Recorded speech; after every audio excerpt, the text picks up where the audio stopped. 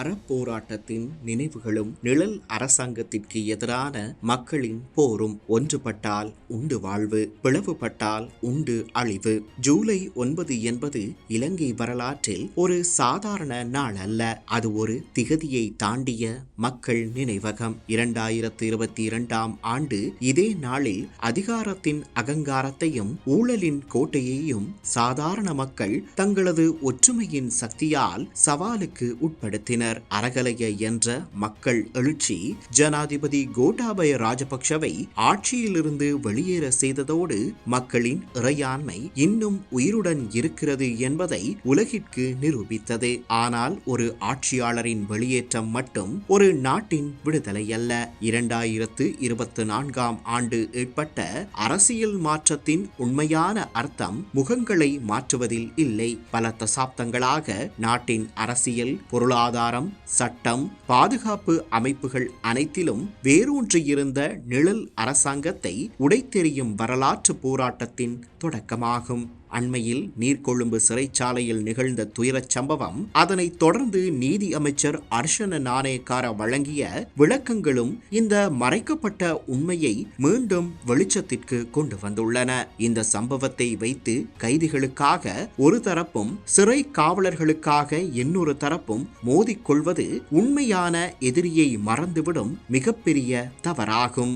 எமது ஆதரவு வன்முறையை ஆயுதமாக கொண்ட போதைப்பொருள் மாஃபியாக்கள் குற்ற சாம்ராஜ்யங்களுக்கோ அல்ல. அதேபோல் அதிகாரத்தை தவறாக பயன்படுத்தும் அதிகாரிகளுக்கும் அல்ல.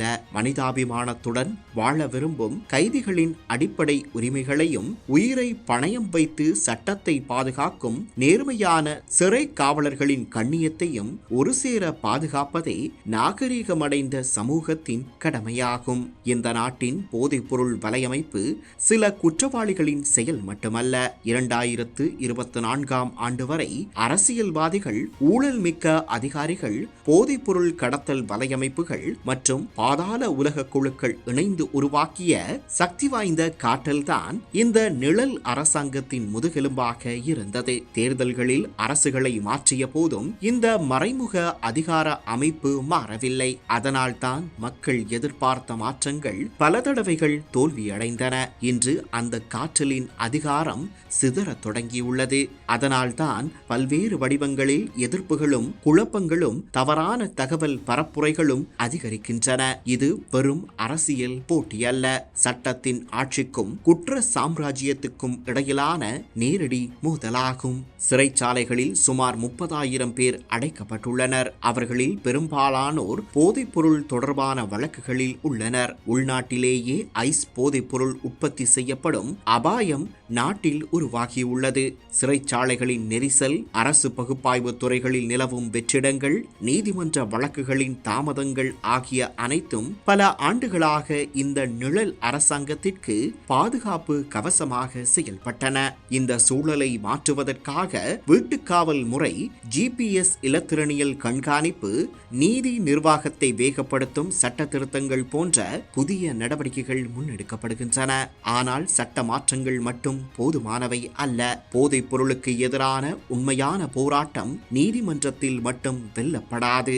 அது பாடசாலைகளிலும், குடும்பங்களிலும், வேலை வாய்ப்புகளிலும், சமூக நீதியிலும் வெல்லப்பட வேண்டும். இளைஞர்களுக்கு தரமான கல்வி, தொழிற்பயிற்சி, கண்ணியமான வாழ்வாதாரம் மற்றும் சிறைவாசிகளுக்கான மறுவாழ்வு வாய்ப்புகளை உருவாக்குவதன் மூலமே குற்றத்தின் வேர்களை வெட்ட முடியும். அதேவேளை தேசிய நல்லிணக்கமும் இந்த போராட்டத்தின் அவசியமான பகுதியாகும். தமிழ் மொழியில் அரசு சேவைகளை விரிவுபடுத்தல், வடக்கும் தெற்கும் இடையிலான இளைஞர் பரிமாற்றங்களை வலுப்படுத்தல், அனைத்து இன மக்களுக்கும் சமமான மரியாதையை உறுதிப்படுத்துதல் ஆகியவை ஒரே தேசத்தை உருவாக்கும் அடித்தளங்களாகும். 2022ஆம் ஆண்டின் அறகலைய மக்கள் எழுச்சி இன்னும் நிறைவடையவில்லை. அது இன்று புதிய வடிவத்தில் தொடர்கிறது. இப்போது எதிரே ஒரு அரசியல்வாதி அல்ல, நாட்டின் உள்ளே பல ஆண்டுகளாக வேரூன்றியுள்ள நிழல் அரசாங்கமும் குற்றக்காட்டலும் ஆகும். எனவே இனம், மதம், மொழி, கட்சி என்ற எல்லைகளை தாண்டி அனைத்து இலங்கையர்களும் ஒன்றிணைய வேண்டிய வரலாற்று கணம் இதுவாகும். நேர்மையான அதிகாரிகள், நீதித்துறையினர், பாதுகாப்பு படையினர், ஊடகங்கள், சிவில் சமூகம், பொதுமக்களும் ஒரே அணியாக நின்றால்தான் இந்த காற்றலை முற்றாக தோற்கடிக்க முடியும். அறகலைய எமக்கு ஒரு வெற்றியை அளித்தது. ஆனால் அந்த வெற்றியை நிலைநிறுத்துவது இன்றைய தலைமுறையினரின் பொறுப்பு. நிழல் அரசாங்கம் வீழ்ந்தால்தான் உண்மையான ஜனநாயகம் மலரும். காற்றல் தோற்கடிக்கப்பட்டால்தான் நீதியும் சமத்துவமும் வெல்லும். அந்த புதிய இலங்கையை உருவாக்கும் வரலாற்று பயணத்தில் நாம் அனைவரும் கை கோர்ப்போம். ஒன்றுபட்டால் உண்டு வாழ்வு, பிளவுபட்டால் உண்டு அழிவு.